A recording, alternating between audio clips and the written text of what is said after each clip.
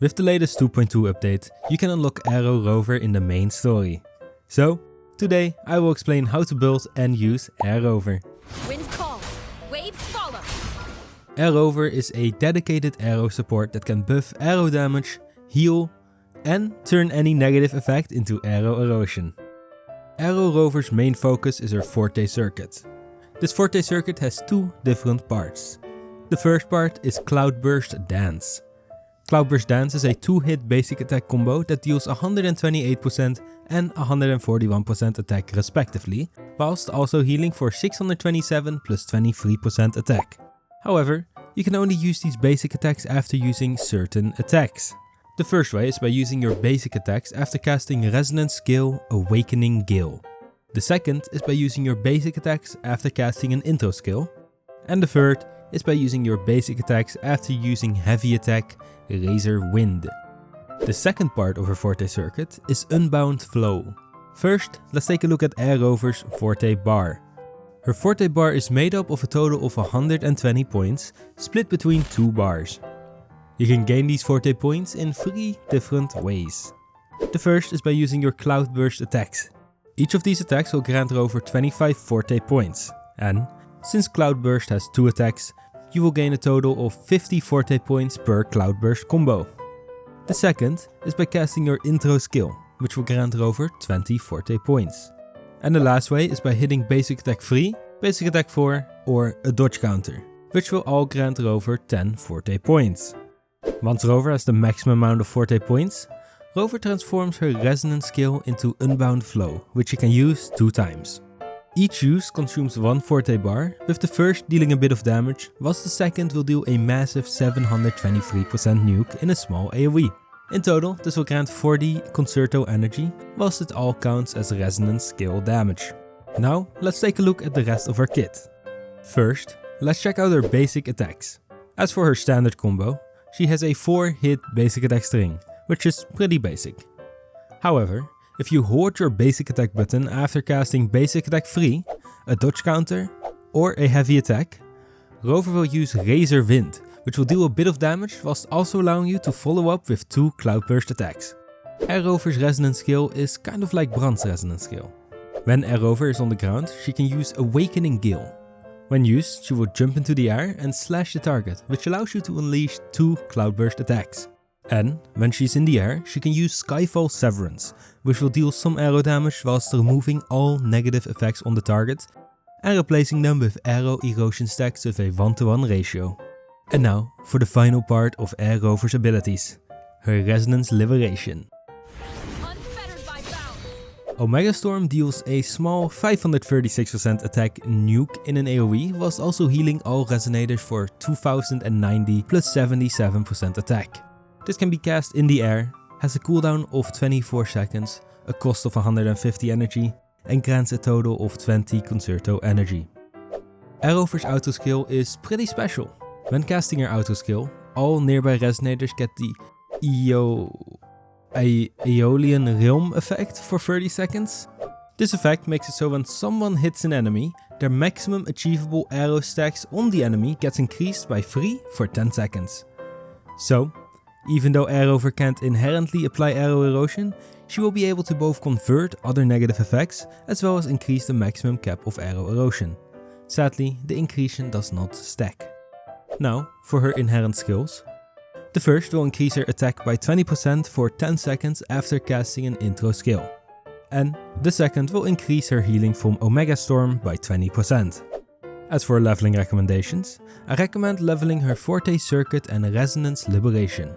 Her Forte circuit is where a lot of her damage is, as well as quite a bit of her healing. And her Liberation has a nice nuke, whilst also having a big heal for the team. The other skills are not really needed, so you can keep them at level 1. Wind howls, unfettered by bounds. Aero Rover's weapon options are really straightforward. Because when you get through the main story, you will unlock a weapon specifically designed for Rover.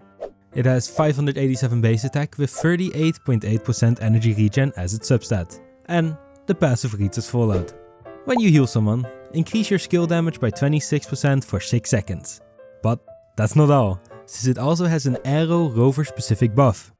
When Aero Rover uses her Unbound Flow, which is her forte consuming skill, she will increase the aero damage of the resonators on the field by 26% for 30 seconds. This effect does not stack. This weapon is, well, perfect for Rover, both buffing herself and the on-field resonator. So, because of this, and because the weapon is free, it'll be the only weapon I recommend for Rover. I am the toughest! Rover can effectively only use one Echo set at the moment, and that is none other than the Rejuvenating Glow set. You might ask, why not the newly released Aero Erosion set? Well, Aero Rover can only apply Aero Erosion stacks when there are negative effects on the enemy. And with Phoebe being the only negative effect user, Rover pretty much won't be able to apply Aero Erosion. So running the Rejuvenating Glow set will be quite a bit better. The set grants 10% healing bonus as well as 15% attack to the entire team after healing, which lasts for 30 seconds. This is a great set for Aero Rover, buffing the entire team whilst also healing a little bit more. For the active echo, you'll want to use the Fallacy of No Return. After using the Fallacy, Rover gains 10% energy recharge, whilst the entire team gains an additional 10% attack for 20 seconds. Since this is a summon and not a transform, it is easy to use, and it will be better than the Bellborn Echo unless there is an Aero DPS scaling off of HP or defense. Now, for the actual stat bonuses, you want to run a standard 4-3-3-1-1. As for the main stats, the 4 cost can be crit rate or damage. Since Rover already heals more than enough, you don't really need the healing bonus of the 4 cost. The 3 cost can be Aero damage bonus, and the 1 cost can be attack %. This way, Aero Rover will deal a good amount of damage whilst also still healing enough to keep the team alive. For the substats, you want energy recharge, preferably enough to use your liberation every rotation, which is about 160 in total, which is more than achievable with the 38% energy regen from her signature weapon, as well as the 10% from the Fallacy of No Return. After that, you want crit rate, crit damage, resonance skill damage bonus, attack %, and if you roll a flat attack here and there, it's not the worst. For a late game build, you'll want something along the lines of these stats on your Aero Rover. The wicked will face judgment. Aero Rover only has a couple teams that can benefit from her, since she is so Aero focused. The first team that comes to mind will be Aero Rover, Gian and Mortevi. Although there isn't any Aero Erosion happening in this team, Aero Rover will be a great alternative if you don't have or can't use Shorekeeper and Farina. And the second team will be Alto, Sanwa, or any of these units depending on your playstyle, and Aero Rover. Alto is a pretty decent DPS if you have some sequences. And it is a perfect team to save more of your premium resonators for harder content. You could also run a variant of an Aero Erosion team with Phoebe, but that really isn't recommended, since there isn't a single DPS or sub-DPS that wants Aero Erosion at the moment. It is highly likely that Aero Rover is made for one of these units, although we'll have to wait and see once they get released. As for a rotation, you want to intro in, use 2 Cloud Burst attacks into a Resonance skill, followed up by 2 Cloud Burst attacks. Then, use your Resonance skill twice into your Resonance, Liberation and Echo, and finally, swap out. Annihilation. As for her sequences, some of them are pretty good, whilst others only grant a small buff. Sequence 1 increases Rover's resistance to interruption for 3 seconds when using her Cloud Burst attacks. Sequence 2 grants the active resonator a healing effect after casting Unbound Flow. This healing effect will heal the active character 20% healing based on Rover's attack every 3 seconds for 30 seconds. But that's not all. When the resonator on the field has less than 35% HP, instantly restore 10% missing HP. This can be triggered once every 10 seconds and it isn't affected by healing bonus. Sequence 3 increases Aero damage by 15%. Sequence 4 increases skill damage casting Cloudburst attack. Sequence 5 increases the multiplier of her Resonance Liberation by 20%. And finally, Sequence 6 increases the multiplier of Unbound Flow by 30%.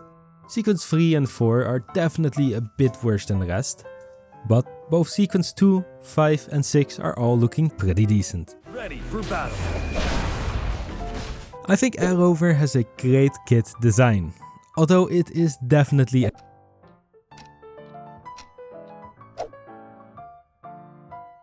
Aero erosion. But for now, Aero Rover will be a great Aero support to use in place of your Farina, Baiji or Shorekeeper. Thank you all so much for watching. If you enjoyed this video, may I recommend the video on the screen right now. I appreciate you all. Bye bye.